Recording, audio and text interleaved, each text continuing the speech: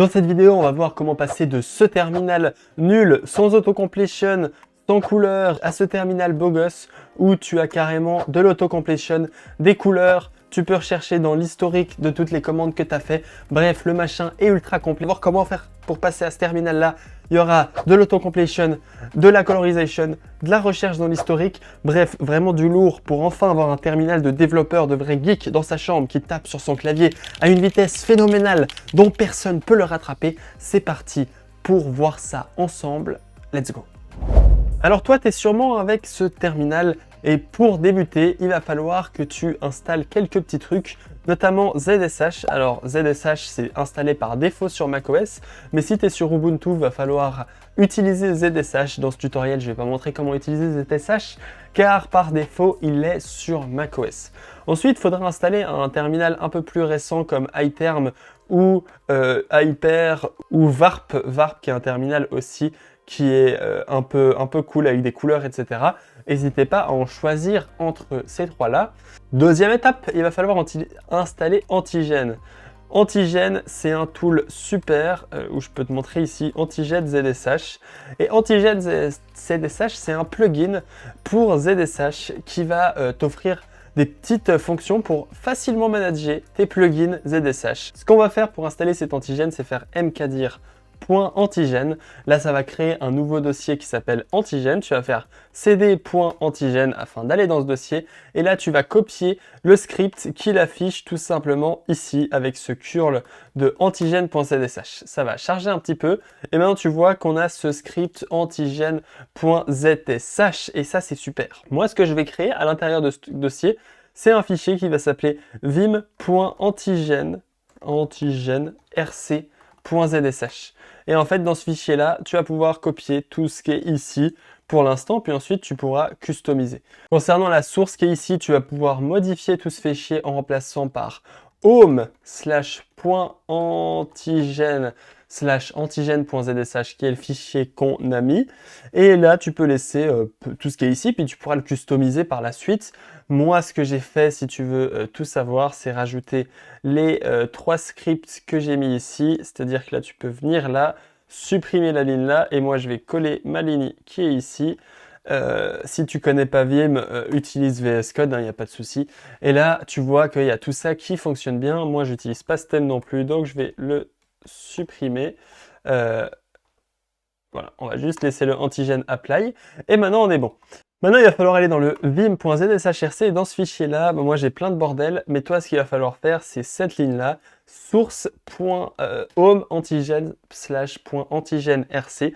Et cette ligne-là, en fait, elle va faire en sorte de loader toute la configuration antigène. Il y a une deuxième ligne très importante à rajouter, c'est antigène log ici, parce que si tu fais pas cette ligne-là, tu verras qu'il va te faire chier. Et ce qu'il va falloir faire ici, c'est créer tout simplement ce petit fichier-là pour être sûr qu'il sache où il doit aller, c'est-à-dire touch.antigène log/antigène. Évidemment, il n'y a pas de dossier .antigène/log. Donc tu crées ce dossier, puis tu touches, et voilà, maintenant il y a un petit fichier dans antigène, ce qui devrait mieux marcher. Pour voir le résultat, tu n'as qu'à ouvrir un nouveau terminal, et tu vois que là, il est en train de tout installer. Et boum, il a tout installé automatiquement.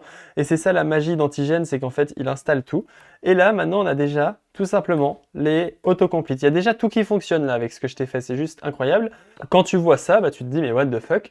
Pourquoi il y a eu tous ces installings ici? C'est parce que maintenant, si tu vas dans .antigène, tu vas voir que boum, il y a plein de fichiers maintenant qui ont été créés, comme je t'ai dit, automatiquement, notamment le CD bundle, où tu vas pouvoir faire ls elia dedans, et tu vois qu'il y a Robbie Russell, ZSH user. Moi, j'ai d'autres plugins encore pour les couleurs, etc. Mais ça, c'est une autre histoire. Et ce qui est intéressant maintenant, c'est si tu as envie d'avoir le même thème que moi, tu as deux choix pour avoir tous ces thèmes. Soit tu vas sur ce site-là qui est OhmyZSH Wiki Team, et là tu verras tous les teams, Robbie Roussel, AF Magic, blablabla, blablabla. Il y en a beaucoup. Et en fait, les teams, c'est tout simplement ce qui est affiché ici, hein, ce qui est les couleurs, etc. Bref. Il y en a beaucoup, beaucoup, beaucoup, beaucoup, beaucoup. Tu as de quoi te droguer au team. Ici, ensuite, pour l'utiliser, bah, tu iras dans le fichier que j'ai fait et tu feras antigène team. Et là, tu mettras la string que tu veux. Par exemple, moi, c'est Robbie Roussel qui est écrit dans l'exemple, mais tu peux très bien mettre Refined et tu auras ce thème-là. Moi, je suis un peu un rageux, donc j'utilise en fait thème ZSH pur. Moi, j'utilise ce thème-là, le Pretty Small ZSH thème pur, que tu vois ici, que je trouve particulièrement beau gosse. Tu vois que c'est ce style-là. Bah, pour installer ce thème-là, moi, ce que j'ai fait, c'est que j'ai utilisé Homebrew. Normalement, il y a Homebrew. Tu fais brew install pur sur macOS. Et une fois que tu as fait ça, et bah, tu vas dans le fichier, ici je vais faire cd vim.zshrc.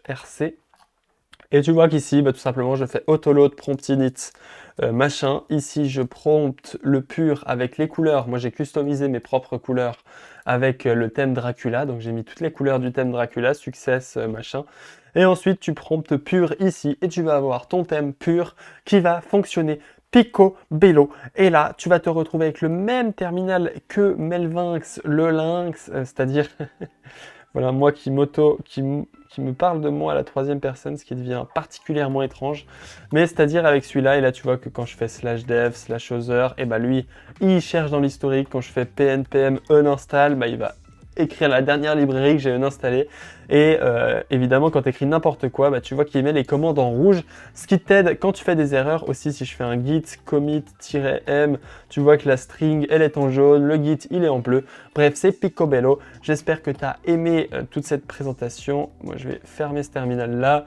Si tu as envie aussi, utilise le terminal Warp. Warp, tu vois que là, si je le quitte et que j'en lance un nouveau, Warp, il est assez cool parce que tu as tout simplement l'autocomplete exactement comme on a vu, mais il va aussi, par exemple, git commit, et là tu vois que niveau directory, bah, c'est un peu plus joli.